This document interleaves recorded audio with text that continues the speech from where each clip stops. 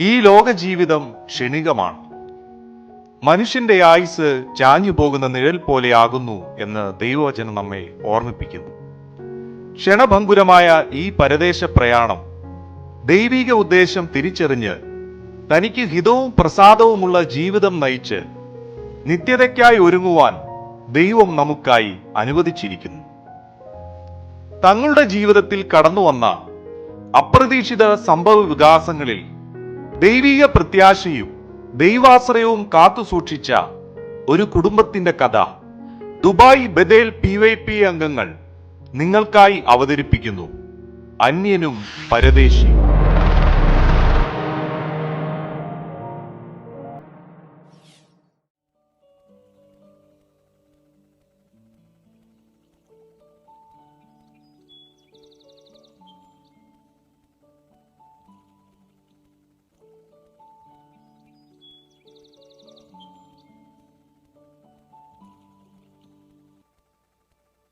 അച്ചായ, സമയം ഇത്രയായിട്ടും ബസ്സിനെ കാണുന്നില്ലല്ലോ. ഇപ്പൊ വരാന്ന് പറഞ്ഞു പോയതാവൻ. നിങ്ങൾ അവനെ വിളിച്ചേ. ഡേ, അവൻ ഫ്രണ്ട്സിനെയോ മറ്റാരെയോ കാണാൻ പോവാണെന്ന് പറഞ്ഞിട്ടല്ലയോ പോയത്. അവരെയൊക്കെ കണ്ടിട്ട് അവനിങ്ങ് വന്നോളും. നീ ഒന്ന് വെറുതെ ഇരിക്കും. സമയം വൈകിയ പിന്നെ എയർപോർട്ടിലെത്താൻ ലേറ്റ് ആകും. അതുകൊണ്ടാണ് അവനെ വിളിക്കാൻ പറഞ്ഞത്. സാറമ്മേ, അവൻ ഇന്നുകൂടല്ലേ അവരെയൊക്കെ കാണാൻ പറ്റൂ. അത് കഴിഞ്ഞ് അവൻ വന്നോളും. അവൻ ഇവിടുന്ന് ഇറങ്ങേണ്ട ടൈമൊക്കെ കൃത്യം അറിയാം. അവൻ അതിനു മുമ്പ് ഇങ്ങ് എത്തിക്കോളും. നീ പോയി കടുപ്പത്തിൽ ഒരു ചായ എടുത്തുകൊണ്ട് വാ. ഞാൻ ഈ പത്രം ഒന്ന് വായിച്ച് തീർക്കട്ടെ. നിങ്ങൾ ആ ഫോൺ ചെയ്താ, ഞാൻ അവനെ വിളിച്ചോളാം.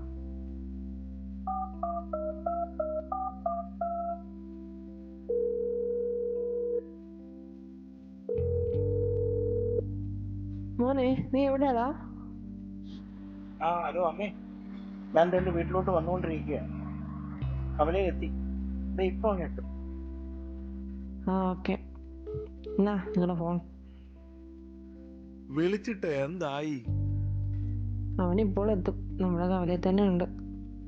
ഞാൻ അപ്പോഴേ പറഞ്ഞില്ലേ അവൻ വന്നോളുമെന്ന്.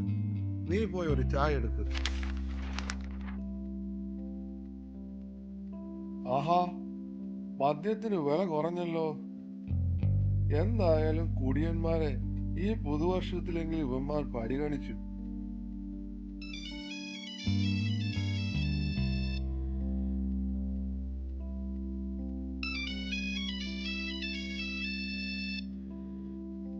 ഹലോ, നീ ഇന്നത്തെ പത്രം വായിച്ചല്ലേ? ആ, അതെ അതെ, സർക്കാർ ഈ കൊല്ലം നമ്മളെ ഓർത്തു. എടോ, നമ്മ കുടിയന്മാർ മാത്രമാണ് സർക്കാരിന്റെ സാമ്പത്തിക പദ്ധതിക്ക് ഒരു കൈത്താങ്ങ്. അപ്പോ പിന്നെ നമ്മളെ അല്ലാതെ വേറെ ആരെ പരിഗണിക്കും? എന്നാ നമുക്കിന്നൊന്ന് വൈകിട്ട് കൂടിയാലോ? പൊന്നു ജോർജായ, നിങ്ങൾക്ക് ഇന്നെങ്കിലും ഒന്ന് കുടിക്കാതിരുന്നൂടെ? നിങ്ങൾ ഒരാളുടെ കൂട്ടുകെട്ടും കുടിയുമാണ് നമ്മുടെ ഈ കുടുംബം തകർത്തത്. മിച്ച കളവും ബാധ്യതയും മാത്രം. എടീ, നീയും മക്കളും പ്രാർത്ഥിച്ചും കൈകൊട്ടിയും ഒക്കെ എന്തു നേടി? നീയൊക്കെ ദൈവത്തെ വിളിച്ചിട്ട് എന്ത് മാറ്റമാണ് ഈ കുടുംബത്തിൽ ഉണ്ടായത്?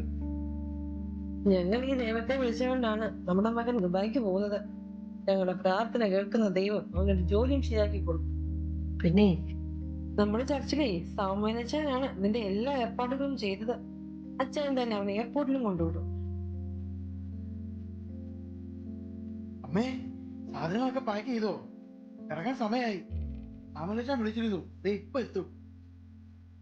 മോനെ, നിനക്ക് വേണ്ടതെല്ലാം ഞാൻ ഇതിൽ പാക്ക് ചെയ്തിട്ടുണ്ട്. പിന്നെ മരുന്നുകളൊക്കെ ഒരു കവറിലാക്കി വെച്ചിട്ടുമുണ്ട്. മുടങ്ങാതെ കഴിക്കണേടാ. ശരി അമ്മേ, ധൈര്യമായിരിക്കുക. ദൈവം നമ്മളെ കൈവിടില്ല. അപ്പാ, ഞാൻ ഇറങ്ങാൻ സമയമായി. അമലച്ചൻ എന്താ എത്തി. അപ്പൊ സന്തോഷമായിരിക്കുക. ഞാൻ പോയി വരാം. ശരി ശരി, നീ അവിടെ പോയി നന്നായി കണ്ടാൽ മതി. മോനെ, ഞാനിവിടെ ഹാപ്പിയാണ്. ജോർജ, എന്തുകൊണ്ട് വിശേഷം? സുഖമായിട്ടിരിക്കുന്നോ? ഓ, നമുക്കൊക്കെ എന്ത് വിശേഷം, ഇങ്ങനെയൊക്കെ പോകുന്നു. സിസ്റ്ററെ, ഒന്നും പേടിക്കണ്ട കേട്ടോ. ബ്ലസ്സന് താമസിക്കാനുള്ള സൗകര്യമൊക്കെ റെഡി ആക്കിയിട്ടുണ്ട്. പിന്നെ ബാക്കി കാര്യങ്ങളൊക്കെ കർത്താവ് നടത്തുന്നേ. മോനെ, പാസ്പോർട്ടൊക്കെ എടുത്തല്ലോ അല്ലേ? എടുത്തച്ചായ. ജോർജ, എന്നാ പിന്നെ ഞങ്ങൾ ഇറങ്ങട്ടെ. അപ്പ, അമ്മ, ഞാനെങ്കിലും ഇറങ്ങട്ടെ, അവിടെ ചെന്നിട്ട് വിളിക്കാം.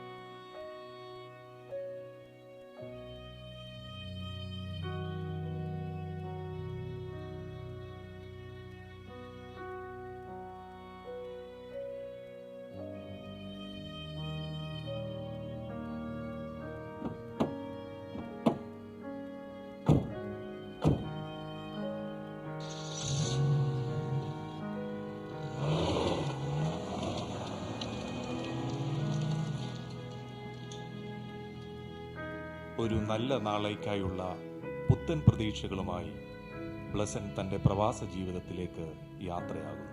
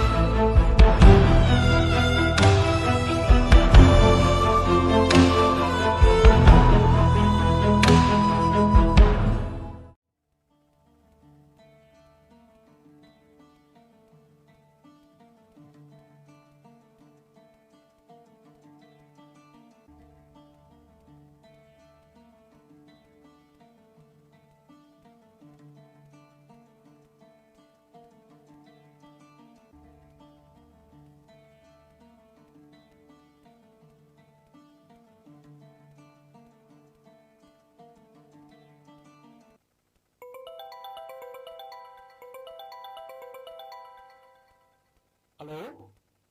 Yes? Yes, sir. Blessing speaking. Okay. Fine, sir. I'm ready for the interview. Okay, sir. I will be there in your office tomorrow at 10 a.m. Thank you, sir. Thank you. എന്റെ ദൈവമേ, എത്ര റെസ്യൂം അയച്ചിട്ടാ അവസാനം ഒരു ഇന്റർവ്യൂവിനെങ്കിലും വിളിച്ചത്. വന്നിട്ട് 2 മാസം കഴിഞ്ഞു. കർത്താവേ, ഇതെങ്കിലും ഒന്ന് ശരിയാക്കണേ.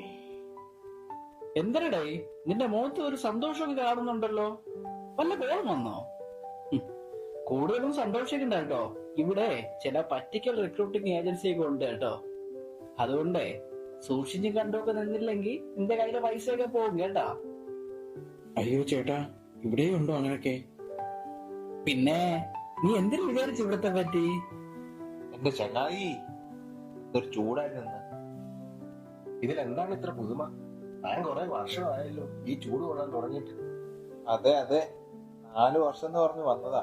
ഇപ്പൊ വർഷം 10 അതേടോ, മടുത്തു. ജോലി, റൂം, ജോലി, ഇത് തന്നെ അവസ്ഥ. എന്ത് കഷ്ടമാണ്. നിങ്ങളെ ആദ്യം വാചകടിക്കാതെ പയ്യന് വല്ല ജോലിക്കുള്ള വഴിയോ മറ്റോ ഉണ്ടോ എന്ന് പറഞ്ഞു കൊടുക്കി. ഇവനെ ആരെ ഇപ്പൊ വിളിച്ചോന്നൊക്കെ മറ്റും പറയണം. നാളെ ഇന്റർവ്യൂവിന് ചെല്ലാൻ പോലും. എന്തരാവോ എന്തോ. നീയും കുറെ കാശ് കൊണ്ട് കൊടുത്തതല്ലേ പണ്ട് ഏജൻസിക്ക്, ഇനി ഇവനും കൊടുക്കട്ടെ. നീ ഇവിടെ ജോലിയും തപ്പി രാവിലെ മുതൽ ഫോണും പിടിച്ചിരിക്കുന്ന അല്ലാതെ കഴിക്കാൻ വല്ല ഉണ്ടാക്കിയോടാ? ഇന്നലെ രാത്രിയിലെ നിന്റെ ആ ബീഫ് കറി, ഹോ എന്റെ പൊന്നു മോനെ, ആട് പെട്ടു രാവിലെ. ഓ, അത് ഓർമ്മിപ്പിക്കല്ലോ എന്റെ പൊന്നല്ല. ചേട്ടാ, ഞാനിന്ന് മീനവിയൽ വെച്ചിട്ടുണ്ട്. മീനവിയല? അതെന്താ സാധനം? നീ ഞങ്ങൾക്ക് ഇന്ന് വല്ല പണിയല്ല ഒപ്പിച്ചു തരുവോടെ?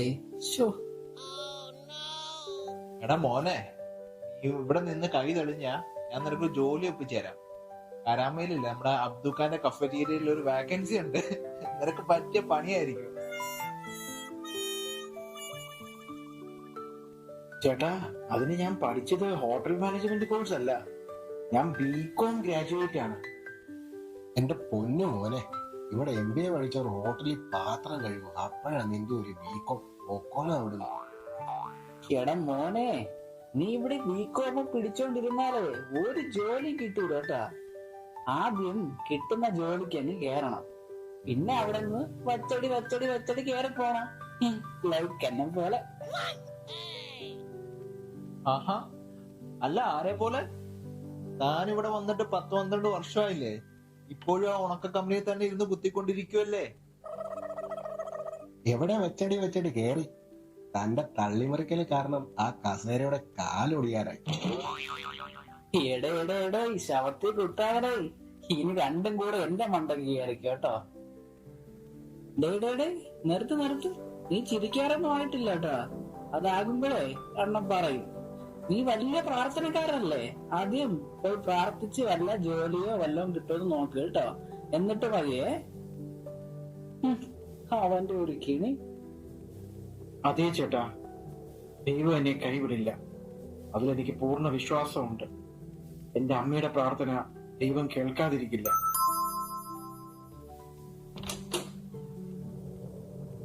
ചേട്ടാ, ഇപ്പൊ വെള്ളം ഒരു ബോട്ടിൽ തരാട്ടാ. ബാക്കി നാളെ റെഡിയാക്കാം. ഓക്കേടാ മോനെ. ദേ കണ്ടോ, ഒരു ബികോംകാരനാ പോയത്. ഇതാണ് അവന്റെ പണി.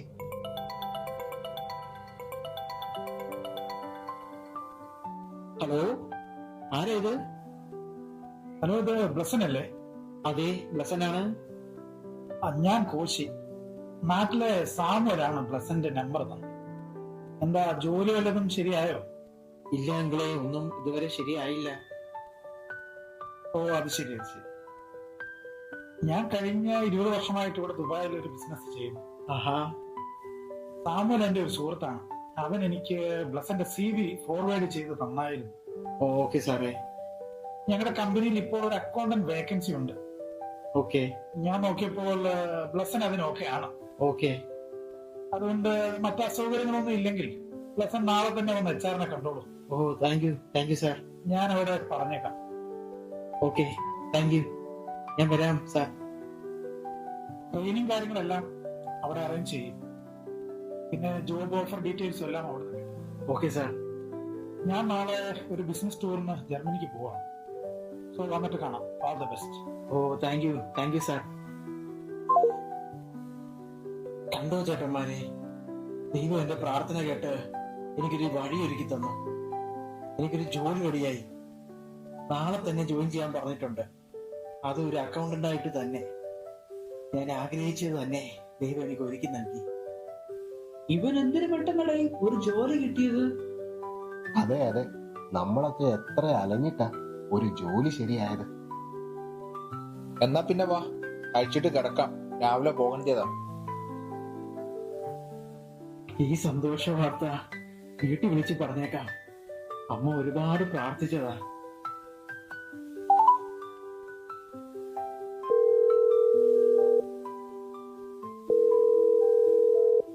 ഹലോ അമ്മേ. ഹലോ മോനെ, നീ സുഖമായിരിക്കുന്നോടാ? ഞാൻ സുഖമായിരിക്കുന്നു അമ്മേ. ഒരു സന്തോഷ വാർത്ത പറയാനാണ് ഞാൻ ഇപ്പൊ വിളിച്ചത്. എനിക്കൊരു ജോലി ശരിയായി. നമ്മുടെ ഷമുലച്ചാന്റെ സുഹൃത്തിന്റെ കമ്പനിയിൽ ഒരു അക്കൗണ്ടന്റ് ആയിട്ട് നാളെ തന്നെ ജോയിൻ ചെയ്യാൻ പറഞ്ഞിട്ടുണ്ട്. സ്തോത്രം. ആണോ മോനെ? ദൈവം എന്റെ പ്രാർത്ഥന കേട്ടു. പപ്പ എവിടെ അമ്മേ? പപ്പയോടും പറയണേ. മോനെ, പപ്പ എല്ലാം അടുത്തിരുന്ന് കേൾക്കുന്നുണ്ട്. കഴിഞ്ഞ 2 മാസത്തിനുള്ളിൽ പപ്പായ്ക്ക് ഒരുപാട് മാറ്റങ്ങളുണ്ടായി. പ്രാർത്ഥനയ്ക്കൊക്കെ വരുന്നുണ്ട് എന്റെ കൂടെ. അപ്പോൾ പഴയ പോലെ കൂട്ടോ മദ്യപാനോ ഒന്നുമില്ല കേട്ടോ. നമ്മുടെ നീണ്ട കാലത്തെ പ്രാർത്ഥനയ്ക്ക് ദൈവം ഒരു മറുപടി തന്നെ തന്നു. അതെയോ അമ്മേ, എനിക്ക് സന്തോഷമായി. നമ്മുടെ പ്രാർത്ഥനയ്ക്കെല്ലാം ദൈവം ഒരു മറുപടി നൽകി. മോനെ, നീ മരുന്നൊക്കെ കൃത്യമായി കഴിക്കുന്നുണ്ടല്ലോ അല്ലേ? ഭക്ഷണമൊക്കെ ശ്രദ്ധിക്കണേ. കഴിക്കുന്നുണ്ടമ്മേ. അമ്മ ടെൻഷൻ അടിക്കണ്ട. എങ്കിൽ ശരി അമ്മേ, ഞാൻ വെക്കട്ടെ. ശരി, ഓക്കെ മോനെ.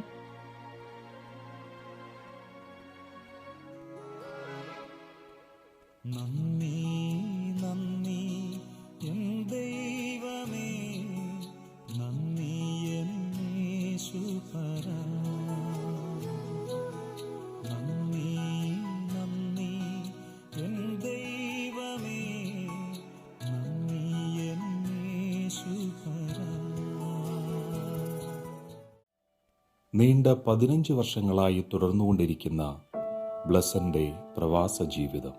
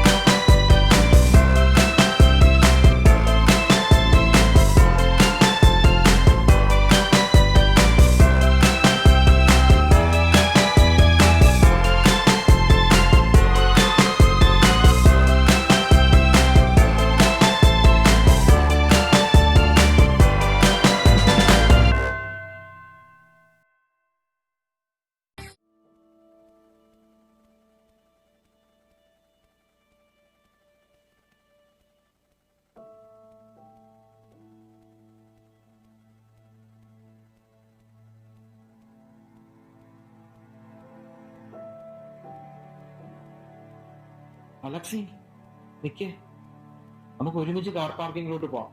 എന്റെ കാറും അവിടെ. എങ്കിൽ വാ. കഴിഞ്ഞ ദിവസം തനിക്ക് എന്ത് വയ്യാഴിക മറ്റോ വന്നെന്ന് ഓഫീസിൽ പറയുന്നത് കേട്ടല്ലേ? ഞാനൊന്നും ഇല്ലായിരുന്നു. ഓ, അതൊന്നുമില്ലടാ, ഒരു ചെറിയ നെഞ്ചുവേദന പോലെ. ഗ്യാസ് ആണെന്ന് തോന്നുന്നു. ആട്ടെ, കുറച്ച് ദിവസങ്ങളായിട്ട് നിന്നെ ഓഫീസിൽ കണ്ടില്ലല്ലോ, എന്തു പറ്റി? ബ്ലസ്സാ, ഞാൻ നിന്നോട് നേരത്തെ പറയണമെന്ന് വിചാരിച്ചതാ. ഞങ്ങളുടെ കുടുംബജീവിതത്തിൽ ചില പ്രശ്നങ്ങളൊക്കെ ഉണ്ട്. എന്തു പറ്റിയടാ? ഞങ്ങൾ ഒരുമിച്ച് താമസിക്കുന്നെങ്കിലും സെപ്പറേറ്റഡ് ആയതിനു തുല്യമാണ്. കാര്യങ്ങൾ ഡൈവോഴ്സിന്റെ വക്കിൽ വരെ എത്തി നിൽക്കുക.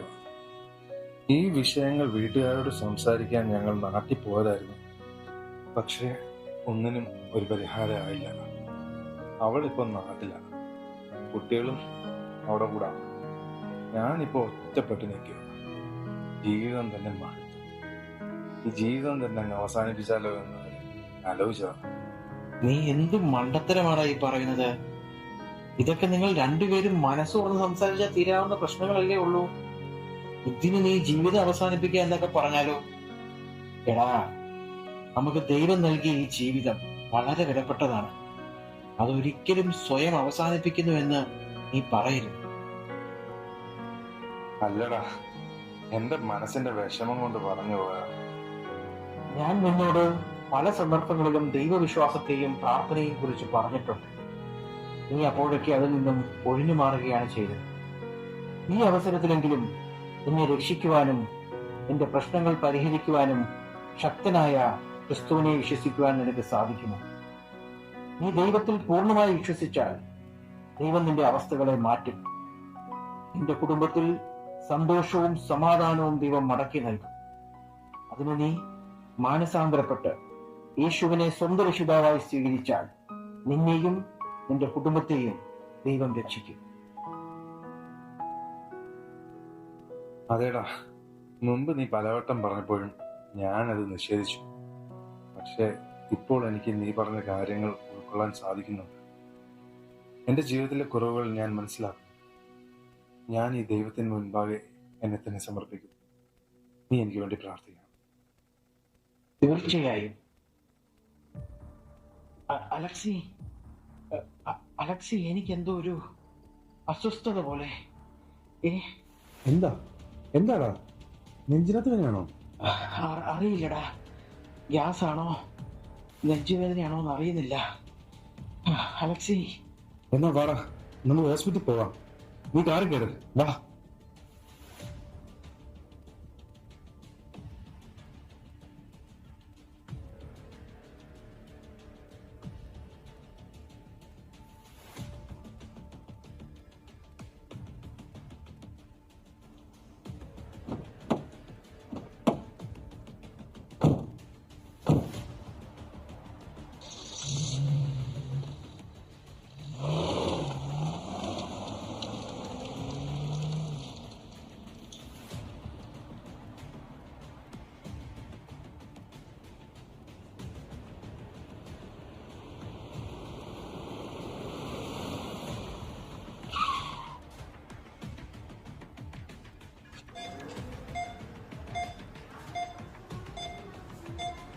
എക്സ്ക്യൂസ് മീ, പേഷ്യന്റ് ബ്ലസന്റെ ബൈസ്റ്റാൻഡർ താങ്കളല്ലേ? ആ അതെ, ഞാനാണ്. ഡോക്ടർ വിളിക്കുന്നു, ഒന്ന് പെട്ടെന്ന് അകത്തേക്ക് വരുമോ? ഡോക്ടർ എന്താ ഡോക്ടർ പറയണേ? ഇല്ല, എനിക്കിത് വിശ്വസിക്കാൻ പറ്റില്ല.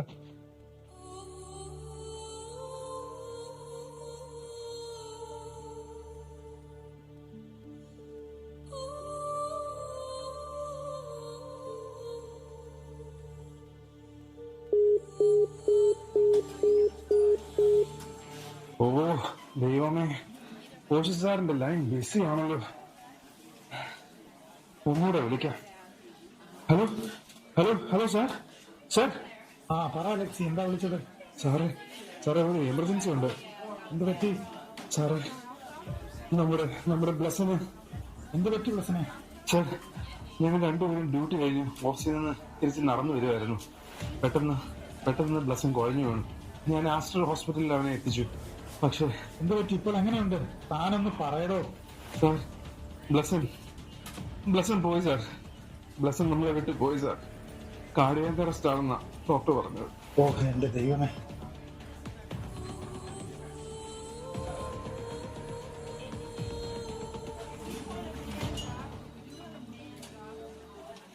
സാർ, ഇനി എന്താ ചെയ്യേണ്ടത് സാർ? എനിക്ക് ആകെ പേടിയാവുന്നു. താൻ പേടിക്കണ്ട, ഞാൻ PROയുമായി അങ്ങോട്ട് വരാം. താൻ ധൈര്യമായി നിൽക്ക്. എന്തായാലും ഹോസ്പിറ്റലിലെ ബാക്കി ക്രമീകരണങ്ങൾ ഞങ്ങൾ അവിടെ വന്ന് നോക്കിക്കൊള്ളാം. ശരി സാർ. അലക്സി, താനും നമ്മുടെ ഓഫീസിൽ നിന്ന് ടോമും ഓടിയോടൊപ്പം നാട്ടിലേക്ക് പോകാൻ തയ്യാറായിരിക്കും. ഓടി നാളെയോ മറ്റന്നാളോ തന്നെ നാട്ടിലെത്തിക്കാനുള്ള അറേഞ്ച്മെന്റ്സ് നമുക്ക് ചെയ്യാം. ശരി സാർ. എന്നാലും വളരെ ചെറു പ്രായത്തിൽ തന്നെ ബ്ലസ്സിന് ഇങ്ങനെ സംഭവിച്ചല്ലോ.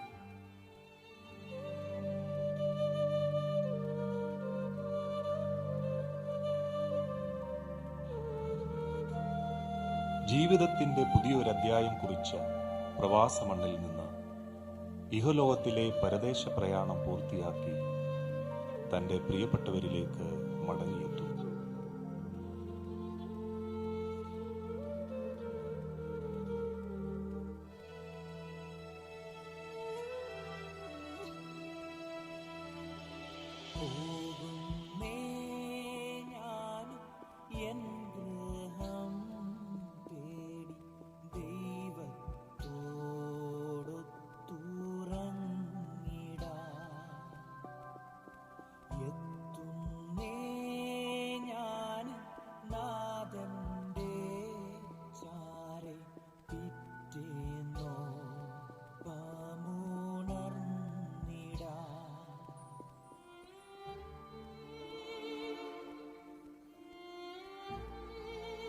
ജോർജ, ബോഡി ഇപ്പോൾ മിഷൻ ഹോസ്പിറ്റലിലേക്ക് മാറ്റി. ഫ്യൂണറിനുള്ള ക്രമീകരണങ്ങളെല്ലാം ചെയ്തിട്ടുണ്ട്. അതുപോലെ ബ്ലസൻ മോന്റെ കൂടെ ജോലി ചെയ്യുന്ന 2 പേര് എത്തിയിട്ടുണ്ട്. വാ ഇരിക്കും മക്കളെ.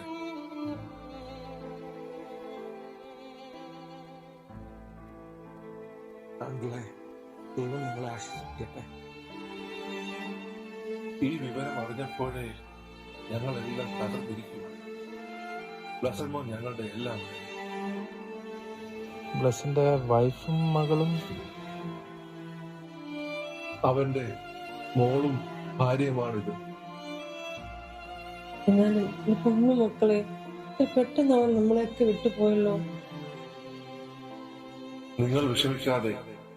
നമ്മുടെ മോൻ നമ്മളെയൊക്കെ വിട്ടുപിരിഞ്ഞെങ്കിലും അവൻ താൻ പ്രിയം വെച്ച കർത്താവിന്റെ സന്നിധിയിലുണ്ടല്ലോ ഇപ്പോൾ. ഇതിൽ പരം പ്രത്യാശ മറ്റൊന്നും.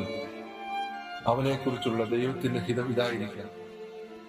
അവൻ തന്റെ ഈ ലോക ജീവിതയാത്ര അവസാനിപ്പിച്ച് രോഗങ്ങളും കഷ്ടങ്ങളും ദുഃഖങ്ങളും ഇല്ലാത്ത ആ നിത്യതയിലേക്ക് നമ്മുടെ കർത്താവ് ഒരുക്കിയ നിത്യഭവനത്തിലേക്ക് ചേർത്ത് ഒടുവിൽ കർത്താവിന്റെ നാളിൽ ഉയർപ്പിന്റെ പൊൻപുലരിയിൽ നമുക്ക് നമ്മുടെ മോനെ കാണാം. ദൈവമേ, അങ്ങ് നൽകുന്ന ഈ പ്രത്യാശയ്ക്കായി സ്തോത്രം. പ്രിയമുള്ളവരെ, തനിക്ക് ലഭിച്ച അല്പായുസിൽ ദൈവാശ്രയം കൈവിടാതെ ക്രിസ്തീയ സാക്ഷ്യം കാത്തുസൂക്ഷിച്ച് തന്റെ ഓട്ടം തികച്ച ഒരു യൗവനക്കാരനെ തങ്ങളുടെ പരദേശ പ്രയാണത്തിലെ കഷ്ടങ്ങളിലും ദുഃഖങ്ങളിലും നിത്യതയുടെ ദർശനം നഷ്ടമാക്കാതിരുന്ന തന്റെ കുടുംബത്തിന്റെയും കഥ നിങ്ങൾ കണ്ടുവല്ലോ. അപ്പോസ്തലനായ പൗലോസ് തന്റെ ലേഖനത്തിൽ ഇപ്രകാരം നമ്മെ ഓർമ്മിപ്പിക്കുന്നു: നാം ഈ ആയുസ്സിൽ മാത്രം ക്രിസ്തുവിൽ പ്രത്യാശ വച്ചിരിക്കുന്നുവെങ്കിൽ സകല മനുഷ്യരിലും അരിഷ്ടന്മാരത്രേ.